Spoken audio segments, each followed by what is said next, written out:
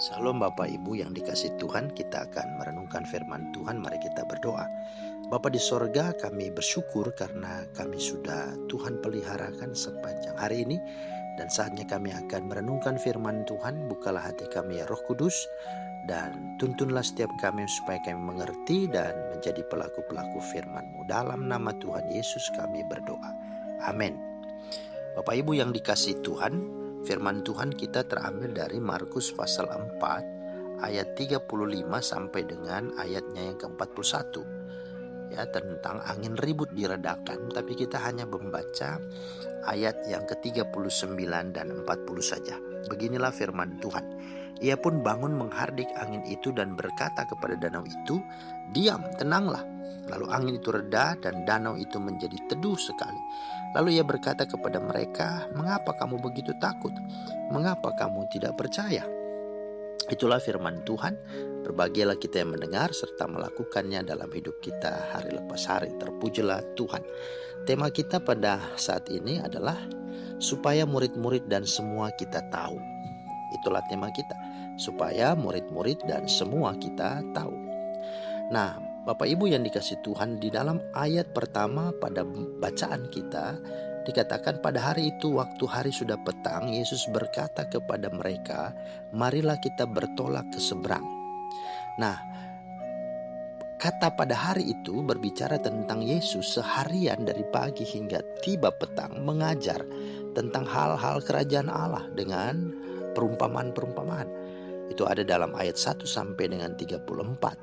Kemudian tibalah hari petang, di mana seharusnya Yesus dan murid-muridnya beristirahat, ya, makan dan tidur.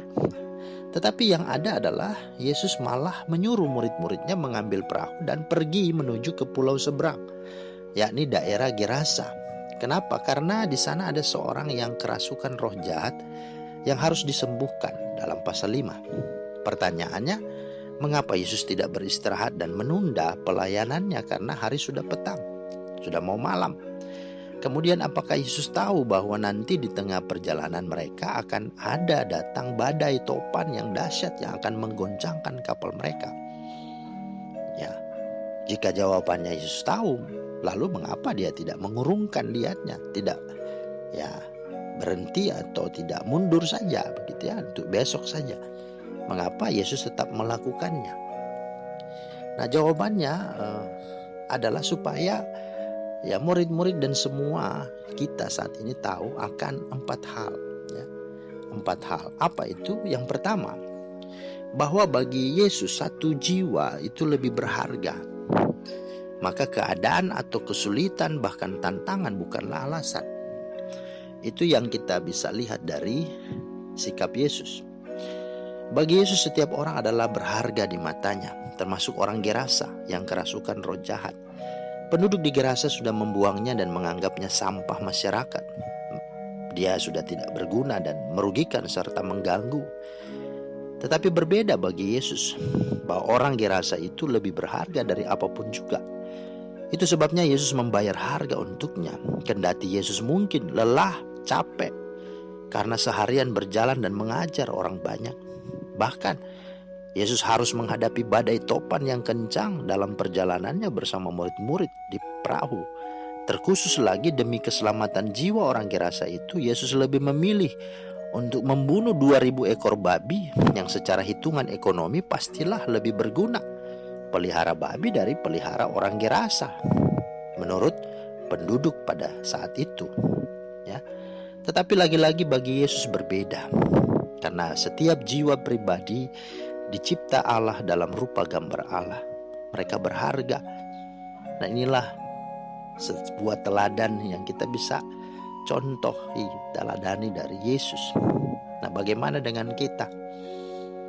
Ya, kita harus sungguh-sungguh mengasihi setiap orang, apapun latar belakangnya. Mari kita belajar dari Yesus. Yang kedua, bahwa masalah sehebat apapun tidak bisa membangunkan Yesus, tetapi seruhan kepadanya lah yang membangunkan Yesus.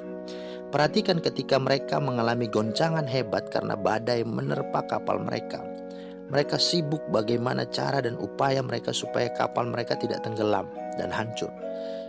Ya, murid-murid ya pasti sudah lari ke sana ke sini. Ada yang mungkin sudah siap-siap tebarkan layar atau yang seterusnya. Tapi anehnya Yesus tidur, pulas lagi di buritan. Nah, Yesus baru bangun ketika murid-murid berseru meminta pertolongan.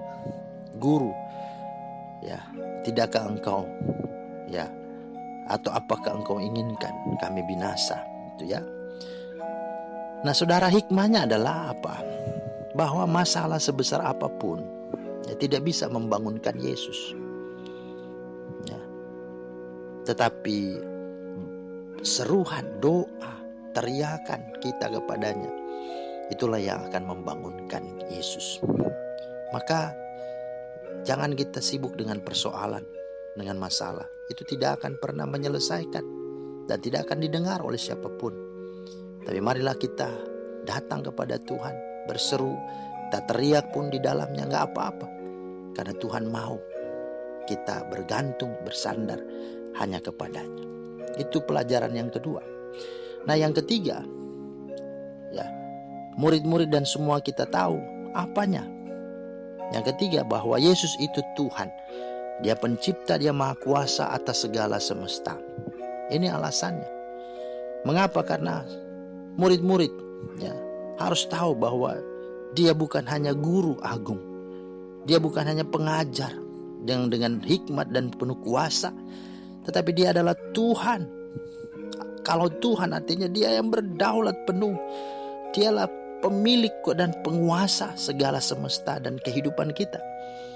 Ya, dia juga bisa berjalan di atas air. Dia mengubah air menjadi anggur. Bahkan dia terangkat ke sorga, menunjukkannya bahwa alam ini tidak berkuasa atasnya. Tetapi sebaliknya dialah yang menguasai dan mengendalikan semesta atau segala sesuatu. Mari kita percaya dia Tuhan. Oh Tuhan, dia berdaulat, berkuasa. Dia bisa memberi jalan keluar atas hidup kita. Dan yang keempat, apa yang murid-murid harus tahu? Apa yang harus kita tahu? Yang harus kita tahu adalah bahwa Yesus sungguh-sungguh menginginkan agar murid-murid dan mungkin kita semua untuk tidak hanya tahu tentang dia, tapi juga mengalami segala sesuatu bersama dia dengan beriman sungguh hanya kepadanya.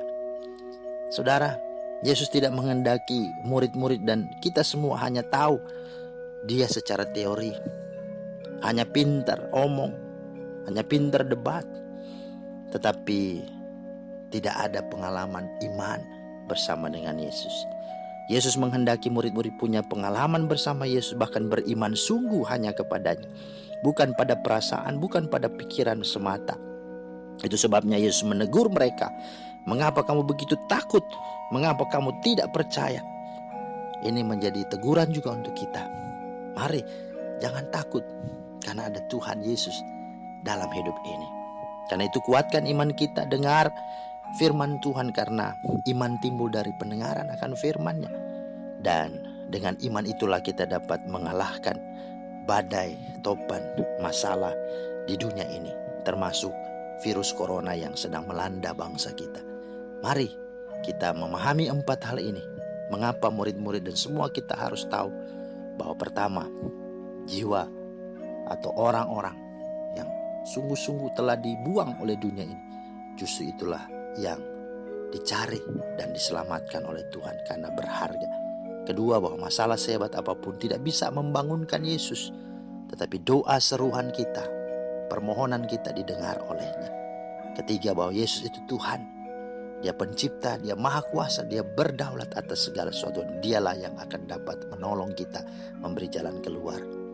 Dan yang terakhir, bahwa Yesus menginginkan kita tidak hanya tahu tentang dia, tapi juga mengalami hidup apapun bersama dengan dia, dengan sungguh-sungguh beriman hanya kepadanya, mengandalkannya, dan sungguh-sungguh bergantung kepadanya.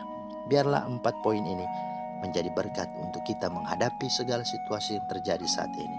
Tuhan menolong dan Roh Kudus memampukan kita. Tuhan Yesus memberkati. Amin.